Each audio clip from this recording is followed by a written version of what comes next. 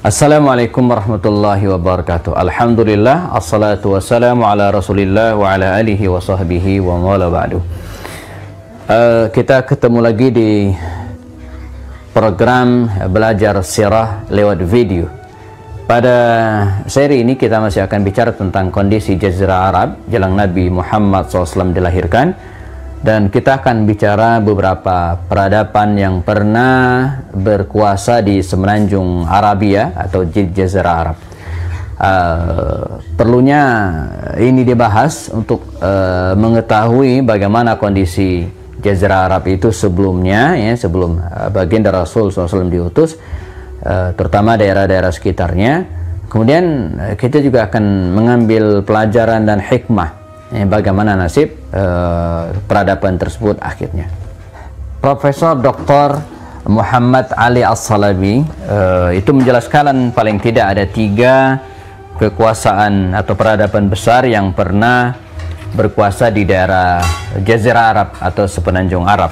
Pertama, beliau menjelaskan adalah kerajaan Saba, kerajaan Saba yang ada di daerah Yaman, di daerah Yaman.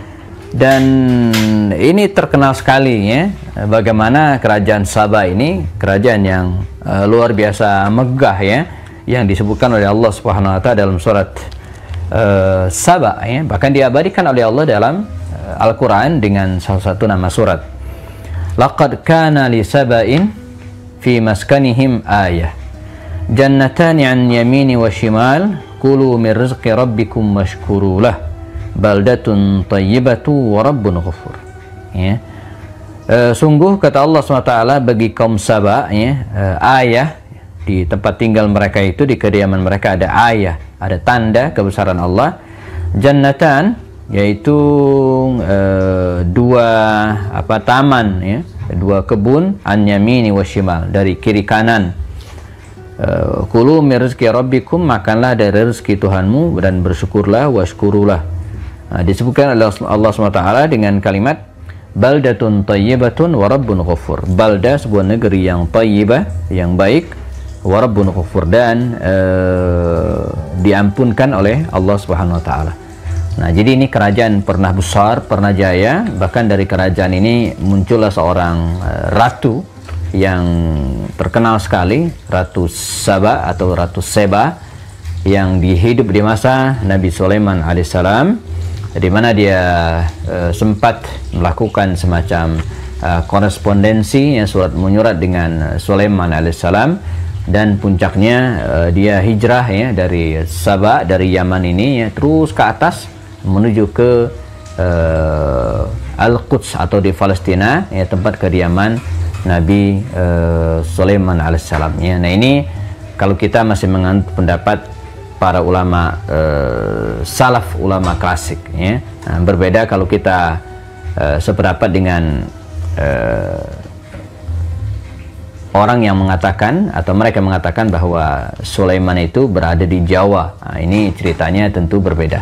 Sampai kemudian Allah Subhanahu wa taala menghancurkan mereka jelang abad pertama Masehi, jelang Nabi dilahirkan, di mana ketika mereka sudah mulai ingkar dengan perintah Allah, ketika mereka mulai tidak patuh lagi dengan syariat Allah SWT, sepeninggal nabi-nabi yang pernah dikirimkan ke situ, akhirnya Allah SWT menghancurkan mereka dengan banjir besar, di mana bendungan Ma'arib yang berada di tempat tersebut, yang disebut oleh Al-Quran dengan Sailal Aram, itu musnah, banjir, dan kemudian menghancurkan semua yang ada di mereka, sehingga hancur leburlah, kering kerontanglah negeri itu. Bahkan sampai hari ini, di daerah yang termasuk dulunya sangat subur, lalu kemudian menjadi negeri yang kering kerontang seperti hari. Nah, ini juga pelajaran bagi kita, negeri kita yang Indonesia ini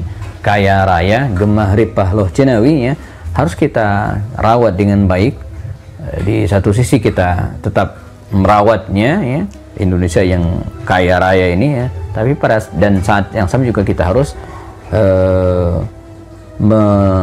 memelihara, ibadah dan hubungan kita dengan Allah Subhanahu wa taala.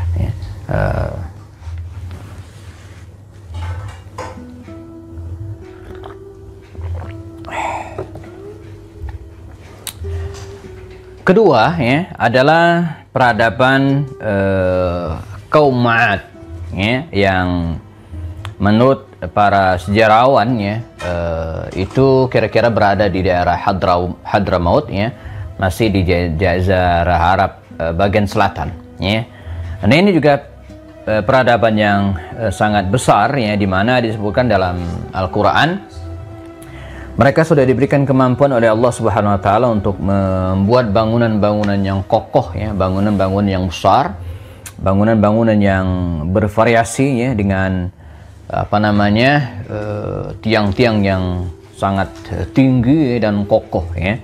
Dan peradaban ini berlangsung cukup lama ya, sampai Allah Subhanahu wa taala mengirimkan kepada mereka para rasul ketika mereka sudah mulai melenceng ya, melakukan kemaksiatan ya. Di antara nabi yang dikirim diutus oleh Allah Subhanahu wa taala adalah Nabi Hud alaihissalam. Dalam banyak ayat Allah berfirman, misalnya dalam surat Al-Haqqah ya, Kadzabat Samudu wa 'Adun bil qari'ah fa amma Samudu fa uhliku bit taghiyah wa amma 'Adun fa uhliku bi rihin sarsarin 'atiyah. Jadi akhirnya Allah SWT menghancurkan mereka bi rihin sarsarin 'atiyah. Jadi dengan angin ya yang berhembus terus-menerus ya selama 7 layalin ya wa thamaniyata ayyam, selama 7 malam 8 hari ya, terus menerus angin yang dingin ya, mencekam ya, dan kemudian mereka dihancurkan oleh Allah SWT. Nah belakangan para arkeolog berusaha untuk mencari kira-kira di mana posisi kerajaan tersebut, dan diperkirakan berada di daerah Hadramaut hari ini ya. Terakhir adalah peradaban kaum Thamud ya, di tanah Hijaz yang berada di bagian arah utara kota Madinah. Dan karena itu kalau kita bicara tentang perang Tabuk ya, nanti kita akan bicarakan spek khusus ya, di mana Nabi sempat melewati tempat ini yang dikenal dengan Madain Saleh, sampai hari ini masih ada. Ini juga kerajaan yang sangat besar, dan Allah Subhanahu wa taala ya pernah mengirimkan Nabi Saleh ya ke tempat mereka. Ceritanya detail disebutkan dalam Al-Quran ya, mereka mengingkari Nabi utusan Allah Subhanahu wa taala, sampai akhirnya Allah menghancurkan mereka dengan fa amma Samudu fa uhliku bit taghiyah.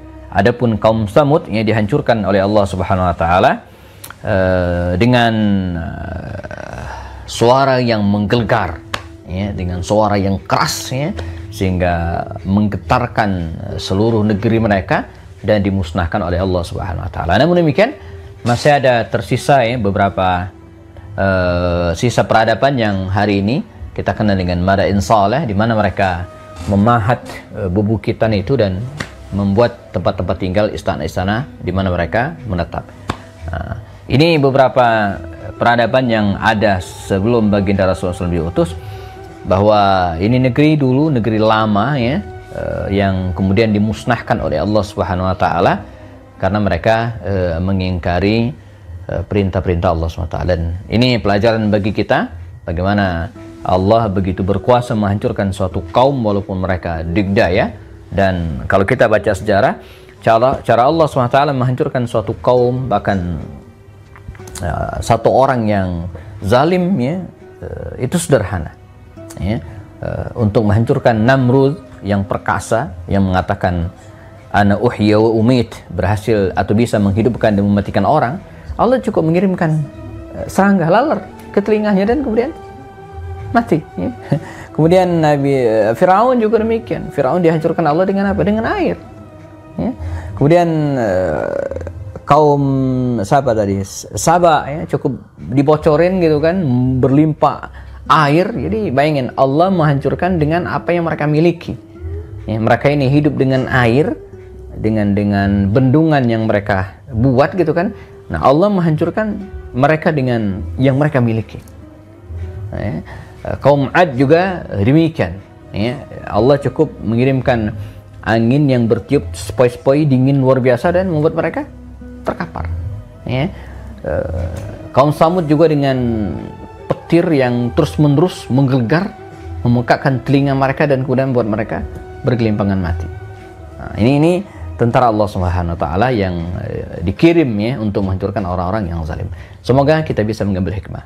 Saya Happy Andi Mustani. Assalamualaikum warahmatullahi wabarakatuh.